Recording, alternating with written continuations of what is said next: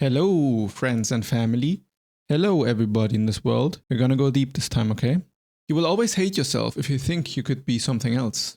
If you wish you were richer or taller, more intelligent, more extroverted.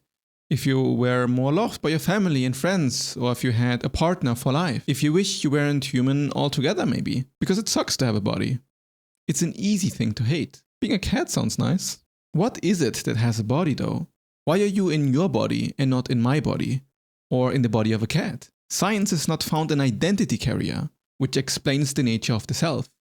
We can understand mechanistically how water flows, how your brain registers light as eyesight. We understand what makes muscles move and atoms combine, but none of it explains the fundamental question of consciousness, the boundary between different identities. This is also called the hard problem of consciousness. A question that lies at the heart of philosophy and science, many believing that science can't ever solve it. Why do we have experiences in the first place if we are just completely mechanical processes? There's like no need for experience to happen, technically. And who is having these experiences exactly? If there's no single identity atom and we are all these patterns and sensations experiencing so much, we can't really orient from where it comes from. This is the question that kept me up at night. And with the most amount of clarity possible, I want to explain the answer to you and how understanding this answer releases you from self-hate and this lack of acceptance for what you are. The entire framework for the hard problem of consciousness relies on the fact that we can't objectively verify subjective experience. We know we feel cold when we feel cold. But how can you prove feeling cold? Measuring temperature is not the same as feeling the temperature. The way something feels like is what is called qualia. Any sensation whatsoever is what qualia is like. How it feels like to breathe,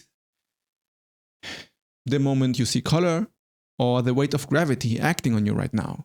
There's an almost infinite amount of qualia out there, and this is what is so fascinating when you are a kid. You just play with all these sensations and they all seem incredible to you, because there are so many of them. When you investigate into the nature of yourself, from your perspective, you only exist as qualia. These make up everything, every single moment of your life. But why does something like a body have qualia, but we assume flowers do not? It's clearly not possible to know if you can't communicate with this form of being in human language. The only way to know what it's like to be a flower is that you would literally have to be it. So we look for a ghost in a machine, a somethingness who experiences qualia. But that can't be really what is going on. The issue is that when you're looking for a you that got assigned to you, like the driver of your flash vehicle, you will never find it. You'll look for anything to kind of hold on to as some solid self, but everything you find is just the nature of experience, the nature of qualia.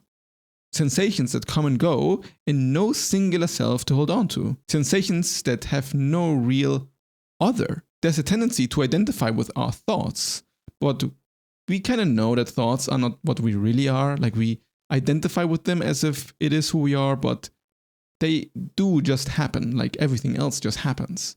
And we are kind of aware that we are almost at the mercy of our thoughts. There's not really any one piece of qualia that controls another piece of qualia. Nor does any one piece of qualia experience another piece of qualia.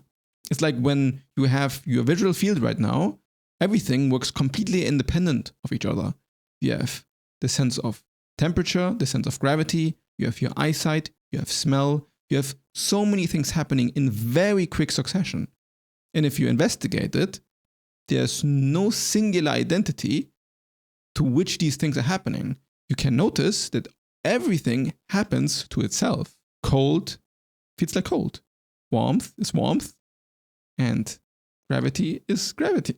There's an odd trick that the mind makes where it personalizes something that's extraordinarily unpersonal. It creates a me out of an endless flow of sensations.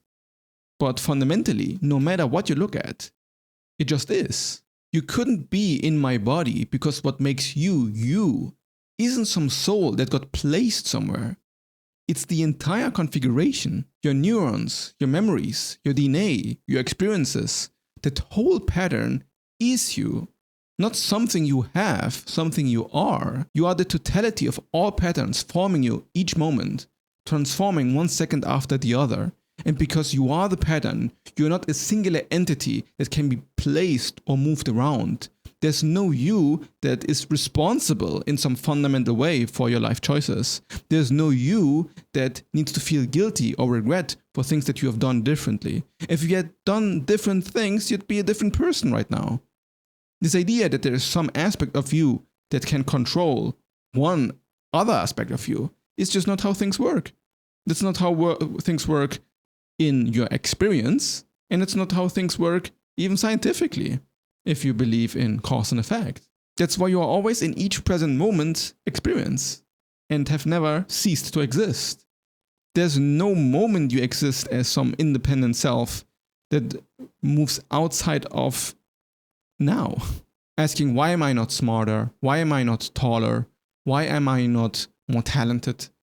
It's like being a river and asking, why can I not be the river over there? You don't just become somebody with different traits. You become somebody entirely different. It's like when water freezes, it becomes ice. It doesn't cease to exist. It transforms. What you are is the entirety of the transformation that has happened in the course of today, your lifetime, the history of this planet, and the history of this universe, and the history of all possible universes. Each moment, all dimensions of existence are clashing in to the present moment, making you what you are. Fighting it and resisting it is what creates all of this discomfort. Because if you're here right now, how could you be here right now differently? It doesn't make any sense. It's a delusion spun by the ego trying to control things. There's absolutely nothing to be able to be controlled. This is why self-hatred is literally hating what you are while imagining you could be something else. This entire paradigm is built on delusion. You are the only thing that can be you. Now is the only now that you can be in. There's nothing about you that can be different from each moment to experience, or you wouldn't be you. When you truly get this, self-acceptance isn't a choice anymore. It's just recognition. I am this. Not I have this, or I'm stuck with this. I'm this. Okay, I need to pause here for a moment because I make these videos and I make it kind of like casually, but I know that all of these topics are very serious and very personal. So I want you to know that I have a Discord community for people who go through existential suffering. And I also do serious one-on-one coaching for those ready to find the end of their pain. If my approach resonates and you like how I speak and how I relate to these problems, and you are suffering, I can help you directly. Links are below. The hard problem of consciousness only exists because we start with the assumption that subjective experience and objective reality are fundamentally different categories. Consciousness isn't produced by matter, nor is matter produced by consciousness. We can't actually draw this distinction. From our own experience, we have not been able to. That's why we have this hard problem of consciousness, because we are trying to make a distinction that isn't there. Objective and subjective are the same phenomenon experienced from different perspectives.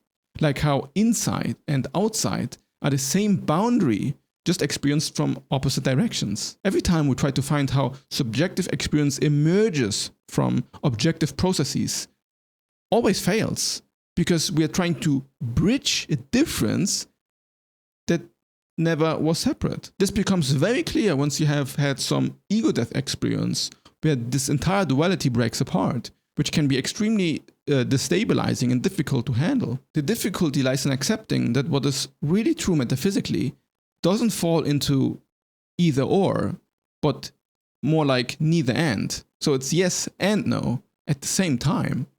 Consciousness is neither purely subjective nor purely objective. Matter is neither purely consciousness nor conscious. They are both rise from something prior the subject-object split. So what we call matter is more like an external appearance of what consciousness is like. What we call consciousness is more like an internal nature of how this physical process feels like. But they are not two different things interacting with each other. They're just the same thing interacting with itself. They can't be separated. The hard problem of consciousness is actually showing that the very fact that we can't explain subjective experience in objective terms is evidence that our fundamental categories are wrong. And that's what Western science is rejecting so full-heartedly, because it breaks our entire understanding of reality apart. It makes us humans look extremely foolish and a lot less special than we thought. But at the same time, it also does make us much more special, and all belief in God starts to get recontextualized as the relationship to ourselves. The contradiction is the answer, pointing us towards a reality that has no single way to define it. But this wrong framework isn't just philosophical, it is literally existential. Hatred towards what you have become and the imagination that you could be something else, instead of the embrace of reality for how it actually is like. If you have ever experienced ego death of any sort, this all becomes extremely obvious, because during an ego death, you feel like you're merging with absolute reality itself, as absurd as it sounds. It's like now, all of a sudden, you have been sucked into qualia, instead of you perceiving qualia as a subject. They start to merge, and this can be extremely pleasant, very blissful states of consciousness. But it can also be very destabilizing if the ego resists, if it wants to make something separate that isn't separate. And then, for a while, after an experience like this, people can have wild transformations in their quality of life, depending on how you have related to this, very positively and also very negatively. So qualia isn't generated. It's what generation feels like from the inside. Once you see that consciousness and matter are just two sides of the same coin, or better said, the entire coin is an illusion, well, then the hard problem of why are you and not me evaporates. There's no way you could be somebody else. But there's a radical implication here that I have not yet directly acknowledged in this video. It's not just that you cannot be anybody else because you, from your perspective, are all that's possible. If the object-subject split is an illusion and it's all unison, another way to frame it is that you are actually the entire universe as everything. So instead of saying that you can only be you, you can also frame it as you are everybody at the same time. Time is an illusion, and there's no other thing to be but everything. But I find a lot of this is often not useful to actually be grounded in your sensate experience.